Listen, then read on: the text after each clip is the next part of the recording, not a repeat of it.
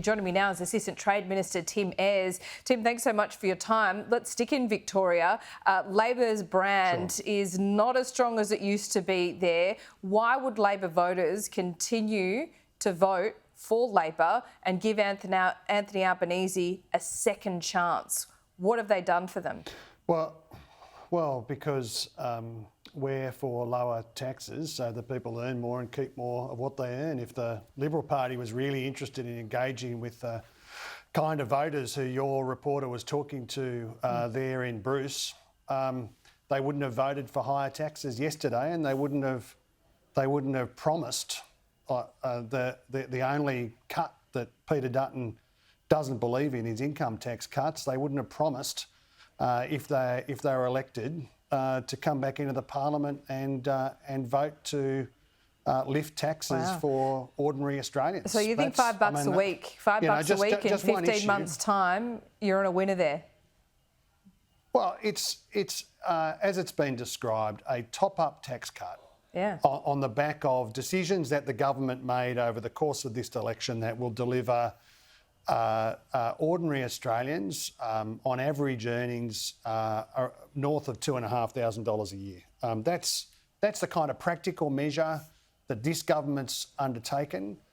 All of that at risk. I mean, we haven't seen a first-term opposition in Australian political history represent so much risk as the Dutton. How's that?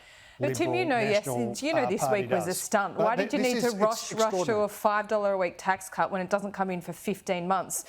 Do you not back yourselves to end the cost of living crisis by then? Well, Australians know whose side we're on. That's why.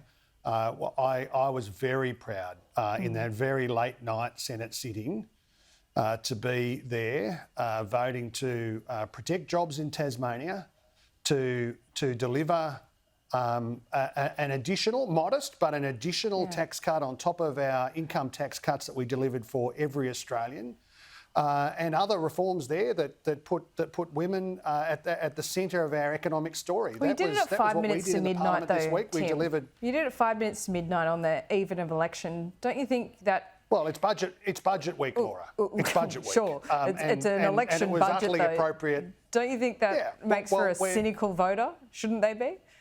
We're in budget week.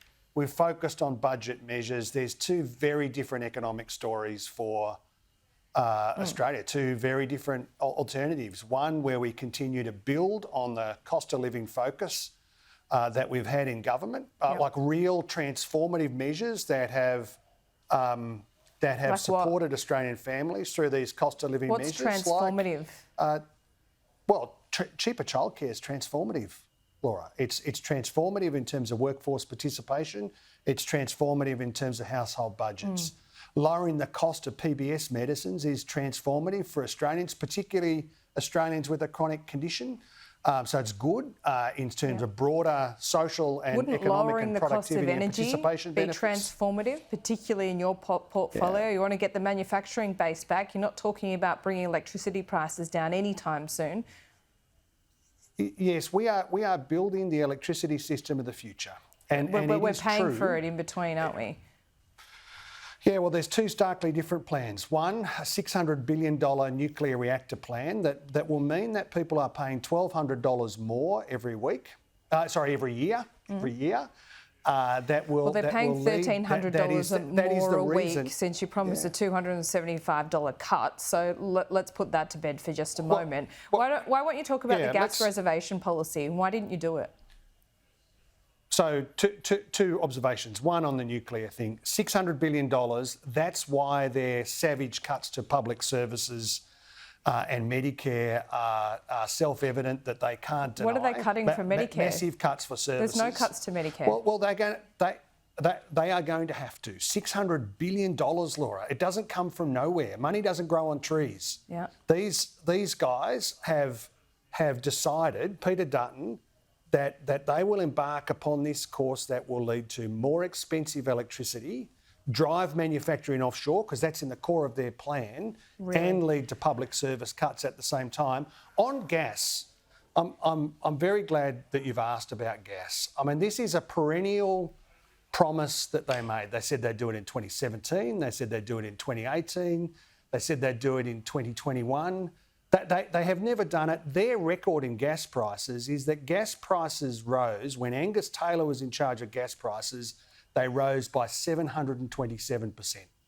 Now, we've taken practical action in government, including this week, that has provided 6 times as much gas secured for Australia, 6 times as much it's not enough. as Peter Dutton It's promised not enough, last Tim. night. Now, Why the have devil is in electricity the prices gone up $1,300 to $1,600 on average? You said they'd be coming down $275. The devil is in the detail, Laura. I know, but I mean, we talk about this a lot, you and I, Tim. It's important to talk about this, though, because this is central to cost of living. And for 3 Laura, years, for 3 years, you've been telling people that their electricity prices are going to come down, that renewables are the cheapest and most reliable form of energy. I ask you, where is the evidence when you have to artificially recirculate taxpayer money to give back a rebate to bring the electricity price down? That's not giving households money, that's recirculating their taxpayer dollars. Electricity prices will always be lower under an Albanese government than they would be under Peter Dutton. Now, let me make it really clear. Give me the opportunity. Give me the opportunity. They've gone up $1,300. Give me the opportunity to explain why. I know, but they're not. That's not a fact. Well, Laura, because nuclear is the most expensive form of energy and it will deter investment that is needed now in the Australian electricity Tim, system. How can you sit here and say that electricity prices will always be lower under Labor when they've gone up $1,300 on average? Really? They will always be lower under Labor than under the alternative. We are facing some challenges in the electricity sector that are driven by the legacy coal-fired power station outages. That is what is driving performance and price and market issues in electricity. The solution to that is to keep building. We've backed up, renewables backed up by gas and storage. We must secure and have secured enough gas for peaking capability. Okay. Now, the alternative is nuclear. No, the alternative is more gas. That's what's been laid out in the budget in reply. Yeah. Gas is an expensive form of electricity generation. So renewables. It is utterly appropriate. It is utterly appropriate for peaking capacity. Like, you need it in the system, just the right amount to make sure that when renewables generation capability isn't there, we've got something to keep the system moving along. Yeah. Storage, utterly important too. Like, no argument about that. I just say Peter Dutton's gas measures. The devil is in the detail. There is no detail. Gas industry is already out there saying this will deter future investment in gas mining capability. I just say we have generated 6 times more gas in the Australian system than Peter Dutton's detail-free announcement last night. And gas rose by 727% when they were in government. Like, the record speaks for itself. We are supporting families through this. That's the right thing to do, and we're building the electricity system of the future.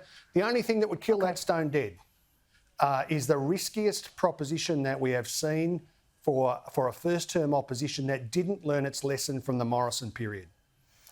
I look forward to tangling with you on many of those issues over the next couple of weeks. It's going to be terrific, Laura. I'm really looking forward to it. Okay, we'll see you soon.